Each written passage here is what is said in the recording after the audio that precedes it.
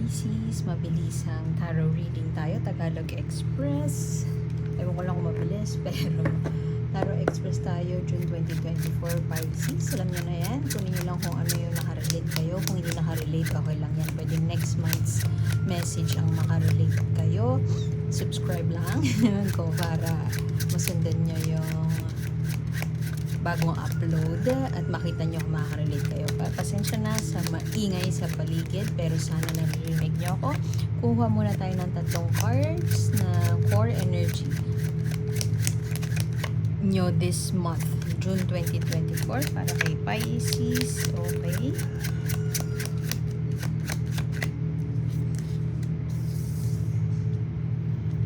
Anxious. Hindi mapakali, pwede ring hindi makatulog, gusto ng pagbabago, pera to Page of Coins, nag-iisip ng mga paraan kung paano kikita pa, o pwede rin na merong aaralin na isang bagay para may nakita ka online na parang, uy, okay to, pwede kong pagkakitaan to. So, nag-explore ka at parang gusto mo mag-explore, mamili, magkaroon. Maraming options out there sa internet na makikita at parang meron kang gustong umpisahan doon.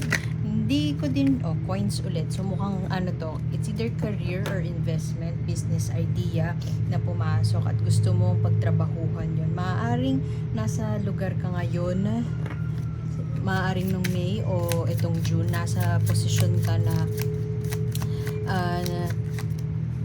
either nawala ng trabaho, pwede din umalis ka na sa dati mong trabaho at ngayon parang gusto mo nang mag-venture sa isang bagay na tingin mo kaya mo naman.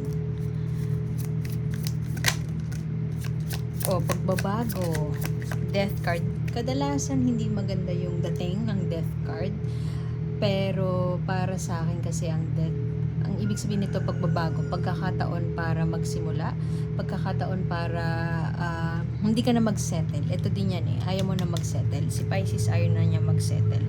Pwede din naman na kung sa relasyon, ito related sa relasyon, pwedeng may pera involved, pero pwede din na trap ka na sa isang relasyon. Pwede din relasyon sa co-workers, relasyon sa trabaho, relasyon sa pera, relasyon sa bahay. So, maaaring hindi ka na mapakali. Kasi kung titingnan mo, ayan, may monster na nakatali. Pag upright to, pahinga. Pero ito ngayon, parang may somehow hindi na makatulog. Hindi na mapakatulog or hindi na mapakali si Pisces at meron na siyang gustong bagay na meron na siyang gustong baguhin. Pwede din na for the longest time tambay si Pisces. Tapos parang ayoko na ng ganitong buhay. Gusto ko na gusto ko na magtrabaho. Ayoko na, pagod na ako maging tambay. Alam mo yun, pwedeng ganun. Pero pwede din na pagod na ako sa trabaho ko. Gusto ko iba naman. O may konting ipon na ako. Pwede na ako magsimula ng business. Or may nakita ka na, halimbawa, TikTok shop. Parang, uy, okay to parang kaya ko to. So, mukhang nandun ka na sa gusto mo nang makawala or gusto mo nang makalaya kasi may pagod na. Pagod na si Pisces. Pagod na siya at parang ayaw niya na hindi naman sa pangit yung niya, sitwasyon niya or pangit yung buhay niya. Pero, gusto mo nang pagbabago. May tapang na para lumabas dun sa comfort zone niya. Pero mukhang nanggagaling yung motivation na umalis or mag-explore kay Pisces dahil pagod na siya. Pwede din na pagod na si Pisces maging breadwinner. So parang gusto niya, ewan ko, naririnig ko pero hindi naman lahat makaka-relate doon. Gusto niya na mag-asawa. O kaya siguro mag-joke siya sa mga kaibigan niya. Gusto ko namang mag-asawa para makaalis na ako sa bahay namin na ako na lang yung sagot sa lahat. So, maaaring yung nakaka-connect ko na Pisces ngayon ay nakaka-relate din sa sitwasyon na siya yung pasan niya ang daigdig pagdating sa mga usaping kaperahan or budget sa bahay. So, ganda to. Fire sign. Pwedeng Leo, Sagittarius, Aries, may na-inspire ka ng tao na fire sign. Pero pwede din ng kapatid mo to, OFW, ganyan. Tapos na-inspire ka sa kwento niya na hindi siya masyadong, minsan naiinis ka, pwedeng ganun. Pero na-inspire ka na siya medyo hindi siya attached sa bahay. Maaaring hindi siya nagbibigay, hindi siya nag-share, pero hindi siya kasi nakatira sa inyo. So, parang gusto mo din ng ganong setup na sana makalaya ka na sa mga parasite sa paligid mo. So, medyo parang period of awakening, may ganon. May epiphany moment si Pisces na parang, shit, oo nga, no, parang all this time ako na lang may pasan ng ganito, pero pwedeng nakagraduate ka na, pwedeng meron kang bagong course na natapos, na tingin mo, kaya mo nang i-execute. So, pwede ka nang maging founder ng isang kumpanya, or pwede ka na magtayo ng maliit na negosyo. At hindi ka na slave sa trabaho. Pero, ingat ka na pagplanuhin mo mabuti, kasi pwede din na yung motivation mo, hindi ako sure kung ito to, pero pwede din ikaw to mas malaki, siguro 60% ang kutob ko na ikaw to. Yung gusto na ng pagbabago, gusto nang sundin yung passion niya, gusto nang sundin kung ano yung tingin niya na makakatulong sa kanya in the long run, kasi pagod na si Pisces. So, meron ding ibang tao, or siguro mga, ewan ko, online guru na paniwalang-paniwala ka. Ingat ka na hihingi ka ng pera or mangungutang ka para bilhin yung course na ganito, mahal siya, pero sabihin mo, ang alibay mo is para sa'yo, para makatulong sa'yo, more studies, more learning. Pero hindi naman sa lahat ng pagkakataon, di porket nag-aral ka, di porket naaral mo siya, ay ma-apply mo siya. Diba? So, hindi lahat ng may nakatapos ng course pa more, ibig sabihin ay mapapractice siya or magiging successful ka na dahil lang nakatapos ka. Kasi pwedeng, kung tamad-tamad tayo, ganun din. Wala din. Anyway, so ingat ka, kasi baka, alimbawa yun nga, mangungutang ka para makatapos ng kunin yung isang online course na mahal-mahal. Ingat ka, kasi baka mabubudol ka lang ng tao na yun. Inspirational siya, oo. May matututunan ka, oo. Pero meron ka ba, bago nito is hard work, perseverance, pag-aaral, masusing pag-aaral. Kung wala tayo ng sipag at tiyaga, maaaring hindi din siya bear ng fruit. Kasi ang kwento nito, natanggal siya sa trabaho, so pwedeng nakaka-relate ka doon. Natanggal siya sa trabaho or tinanggal siya sa trabaho, meron lang siya seeds, watermelon seeds. Ang ginawa niya, umuwi siya, or parang umalis na siya dun sa trabaho, tapos pinlant niya yung watermelon seeds, tapos yumabong yun. So, meron na siyang nasimulan. So, ikaw, how willing are you na kung ano lang yung meron ka, maging resourceful sa kung anong meron ka, at patubuin yun, palaguin yun. So, maaari kasing nasa iyo ang lahat, ibigay sa iyo lahat, pautangin ka, pero kung hindi natin siya gagamitin sa mabuting paraan, or i-execute, pwede ding mag-fail tayo. So, ingat ka na magpadalos-dalos. Yun yung energy nito. Ingat ka magpadalos-dalos. Hindi mo paplanuhin yung mga bagay. Pwede din kasi na, syempre isang tao or konting tao lang yung maaaring makarelate dun, yung mangungutang para kumuha ng course, or mangungutang para mag-invest. So, kung sino man yung nakarelate dun, pwede kasi na mag-cause pa yon ng away, mag-cause pa ng argument, or pwedeng mapagalitan ka dahil doon. Hindi ko sinasabi na wag mong gawin. Ang sinasabi ko is, maganda yung energy na meron ka ngayon, yung passion mo, yung grit to make things happen, or para baguhin yung sitwasyon mo kasi napapagod ka na, or para magsimula. Kasi malaking bagay yung kaya mo nang i-embrace or i-welcome yung pagbabago. Hindi lahat ng tao kayang tanggapin or kayang i-welcome ang pagbabago sa buhay nila. Ikaw, nandun ka na sa stage na yun. At willing ka na mag-plant ng seeds, willing ka nang i-welcome yung abundance sa buhay mo. Kasi parang change of seasons to eh. Solstice, yung gitna ng let's say, gitna ng summer at tag-ulan. Pero wala kasi tayong ganun-ganun dito kasi wala naman tayong ibang seasons na winter, spring, summer, and fall. So, pero solstice siya. Abundance, pagyabong. So, maaaring may spark sa loob mo na parang it's time na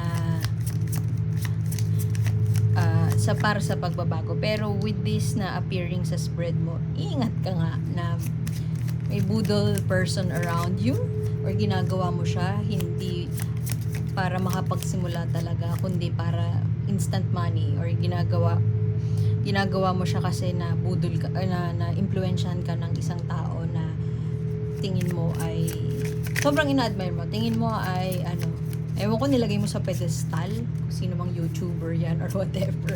So ingat ka kasi baka mag-cause yun ng arguments or ewan ko, baka kung mangutang ka nga hindi mo bayaran, so paaway ka. Pwede rin na sa mga decision mo, no matter kung ano man yung decision mo na yan, yung gusto mong baguhin, pwede din na sa sobrang kakaiba niya at sa sobrang unusual niya, maraming tao na hindi sang-ayon. Pwedeng yung partner mo hindi sang-ayon sa decision mo.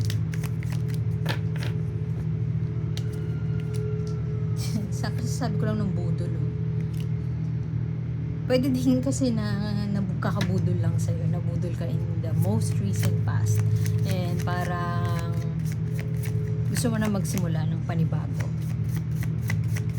Naloko, ganun.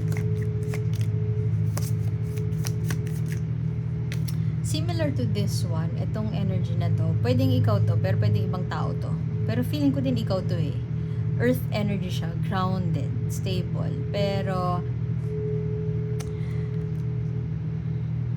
alam mo yung gusto mong makalaya na kasi pagod ka na nga, pero kinatatamaran mo pa yung paglaya. I mean, hindi mo alam kung saan ka pupunta. So, pwedeng yung iba sa inyo iniisip na, pag nagkaroon ako siguro ng gantong malaking halaga, siguro mangungutang na lang ako. Kasi makakapagsimula na ako. It doesn't work that way all the time. So, kung wala tayong, yun nga, katulad ng sinabi ko kanina, sipag, tiyaga.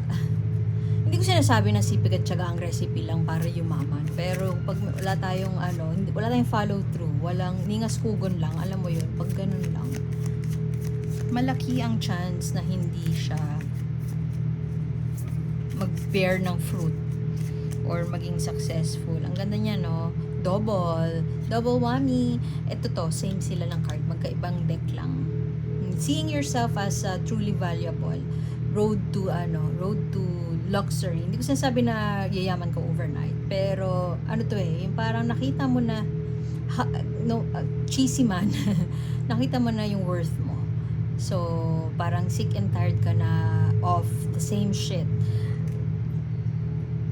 Ayoko na sa inyo. Aalis ka na. I mean, wala akong nakikita ng pag-alis dito. Basta may pagbabago. Ito, death. Merong area of your life na ibabaon mo na at ready ka na ma-resurrect. Ganon. Hindi ibig sabihin niya may mamamatay. Siguro, figurative siya. Pwedeng yung aspeto ng sarili mo na nagsisettle for less ay mamamatay na. Pwede din na yung relationship mo na toxic or hindi na nag-work ay mamamatay na. Kasi ready ka na to welcome abundance. Pero sa ngayon, since core energy to, mukhang nandun ka pa sa stage na hindi pa fully nakakawala. Ayun na nga, yung walking away, aalis. Ito na siya. May isang bagay na for the longest time, pinapagod ka. Pwede nga yun nga, sabi ko kanina, breadwinner. Pwede din nga na trabaho. Overworked, underpaid. Pwede ding underemployed. Sobrang talino mo, dami mo naaral. Pero, ganito lang, pasasahod sa akin. No way. Ganon, may ganon ka na. Na parang di ako magsasettle for less. Ganon ka ng stage. So, Iyon in reverse, Phoenix Rising, di ba sabi ko kanina, resurrection. Pero sa ngayon, mukhang hindi ka pa full-blown hindi ka pa full-blown bird. Hindi ka pa rin lumabas. So, medyo may konting pagtatalo, maaaring ganun sa mga tao sa paligid mo. May resistance sa mga tao. Kung yun nga yun, yung breadwinner incident or whatever na ganap sa buhay mo, obviously, hindi agree yung mga pinapaaral mo. Hindi agree yung nanay mo, hindi agree yung mga kapatid mo.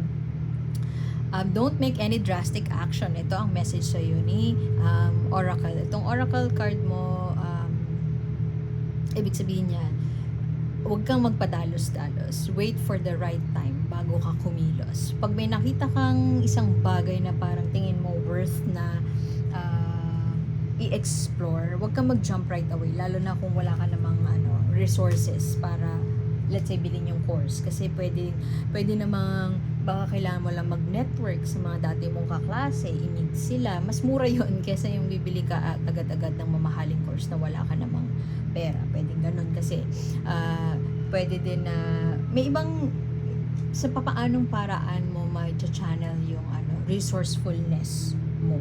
So, keep your observations to yourself. Yun nga, huwag magpadalos-dalos. At merong tamang panahon para kumilos. Vigilance to it. Meron tamang panahon para kumilos. Gamitin mo yung time ngayon para masid-masid muna, mag-observe, pag-aralan, i-research mo muna bago ka mag-take action. At i-save mo yung energy mo pag dumating yung time na yun. Hindi pa sa ngayon. So, iwan ko na yun doon at salamat for being here. And see you next time. Like, share, subscribe para maabutan niyo yung ibang mga readings. Bye-bye!